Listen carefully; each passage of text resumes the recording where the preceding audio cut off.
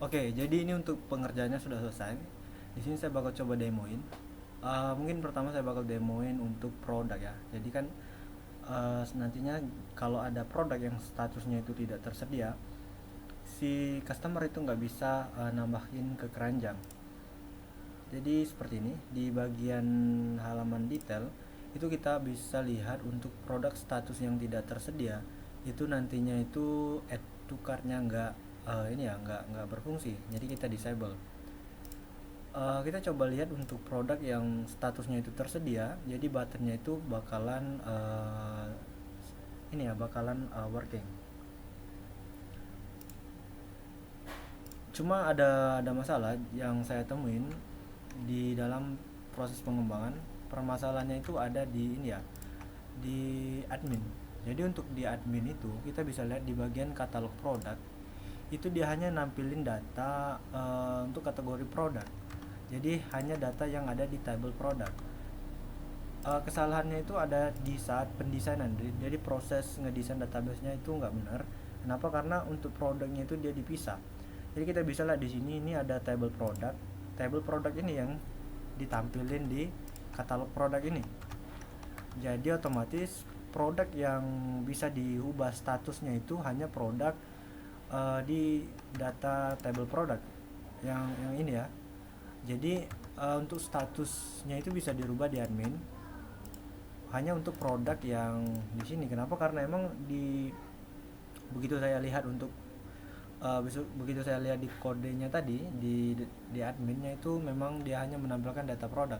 Dan saya dan kalau saya untuk ini ya, kalau saya pengen ubah atau pengen tambahin itu agak sulit. Kenapa? Karena emang tablenya itu dipisah. Table produk itu untuk produk ini, dan ada produk camilan. Sarannya dia nggak dibikin gini. Kenapa? Karena biar lebih fleksibel dia tuh disatukan di produk aja, tapi dibikin ini ya, dibikin field yang membedakan data itu. Jadi untuk data produk itu tablenya satu, tapi kita bikin field yang bisa jadi pembeda. Apakah itu produk nasi, produk apa, kita bisa bikin kategori. Dan kalau dibikin terpisah seperti ini nantinya itu bakalan repot. Kenapa? Karena kita diharuskan untuk mengubah kode secara langsung. Dan kalau untuk tabelnya dia banyak gini, otomatis kan di sini kita bisa lihat ya, di bagian pelanggan itu aja kita bisa lihat untuk page-nya itu kan dibikin banyak ini filenya. Nah, ini salah satu ketidakefektifan kalau di desain database-nya seperti ini. Jadi kita bisa lihat untuk di sini kan kalau si pelanggan itu open paket catering, dia pasti diarahkan ke halaman page paket catering ini. Seharusnya kan dia hanya diarahkan ke satu halaman yaitu produk. Nah, nantinya ada kode yang bakalan mengorganisir data yang mesti kita tampilin berdasarkan kategori, katakanlah berdasarkan kategori yang sesuai dengan yang dipilih sama siapa tuh, si customer atau si pelanggan. Jadinya dalam proses uh, perubahan fitur dia nantinya bakalan lebih mudah, bakalan lebih gampang.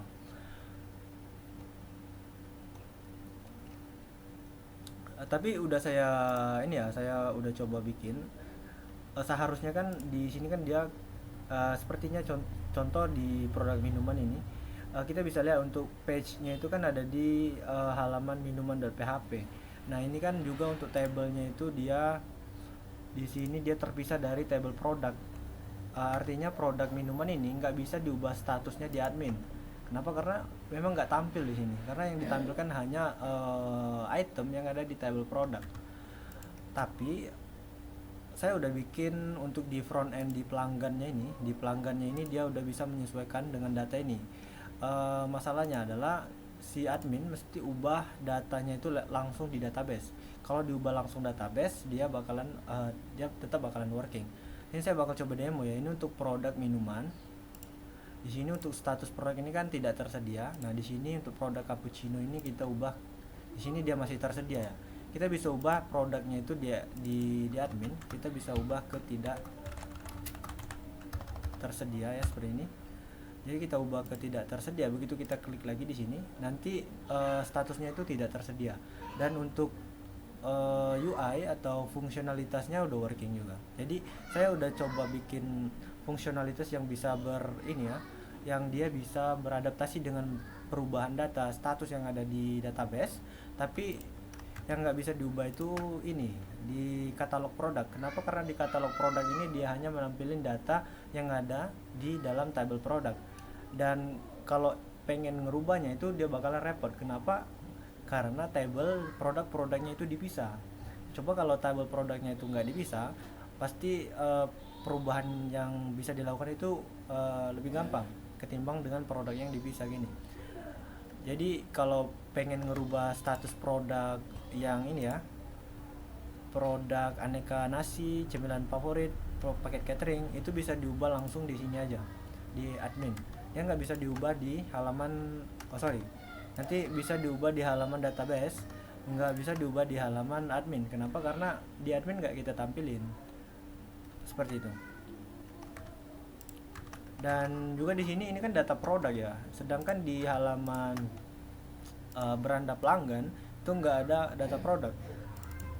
Kita bisa untuk tes ini ya, sebelumnya juga untuk tes status di sini dia nggak working, tapi udah saya perbaiki. Dan di bagian sini kan kita bisa ke data produk. Oke, nah ini data produk. Kita bisa lihat di sini data produk.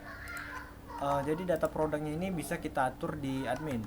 Hanya data produk ini aja tadi. Ya, kita bisa lihat ini tersedia untuk di Insamayam, dia tersedia. Kita bisa ubah status ke tidak tersedia. Di sini kita save dan kita bisa cek ulang untuk statusnya itu. Kita lihat, nah di sini dia tidak tersedia.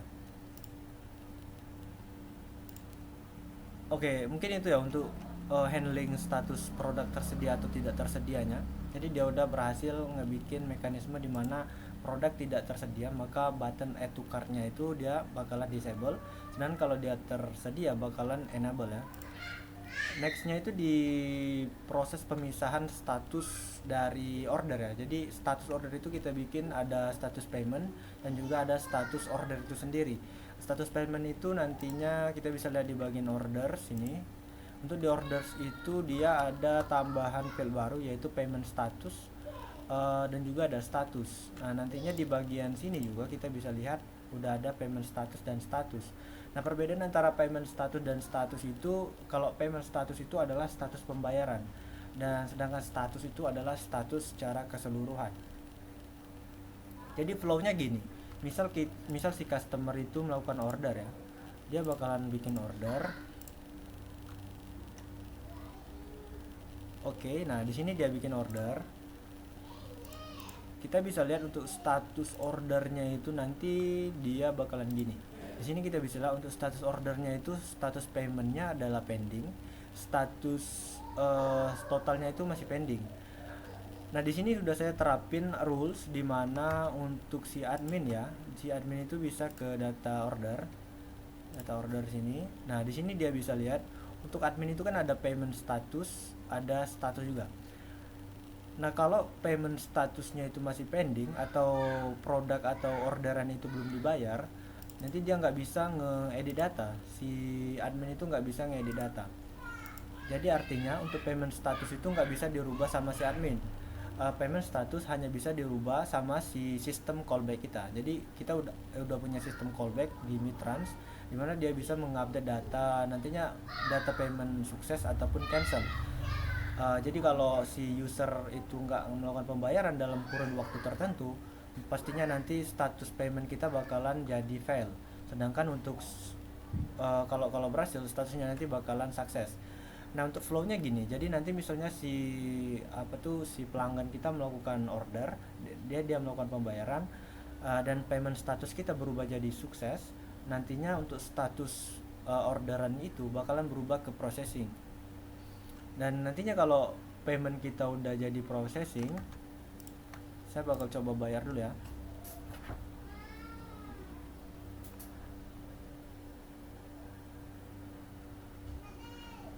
Ini saya bakal coba scan.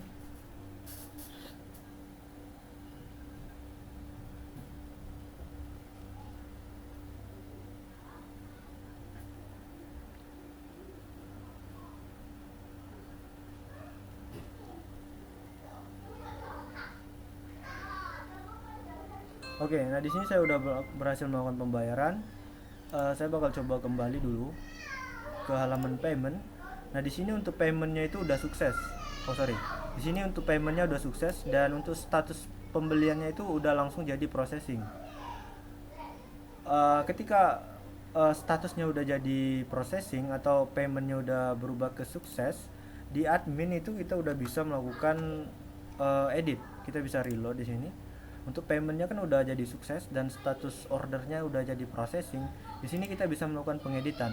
Dan untuk pengeditannya itu statusnya itu dia nggak bisa dirubah ke processing ataupun ke pending lagi. Jadi si admin nggak bisa ngerubah status pesanan itu ke processing dan ke pending lagi. Kenapa? Karena sistem itu kita blok.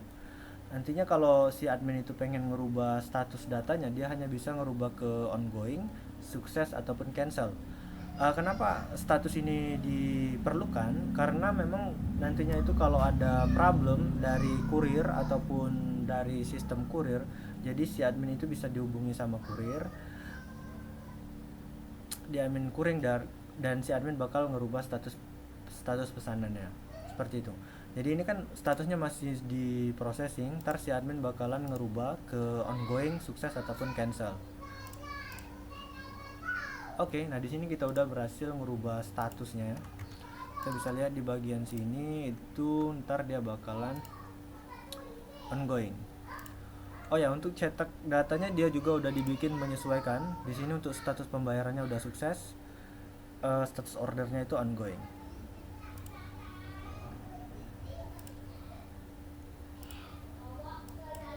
Oke, mungkin segitu aja ya untuk demonya. Terima kasih.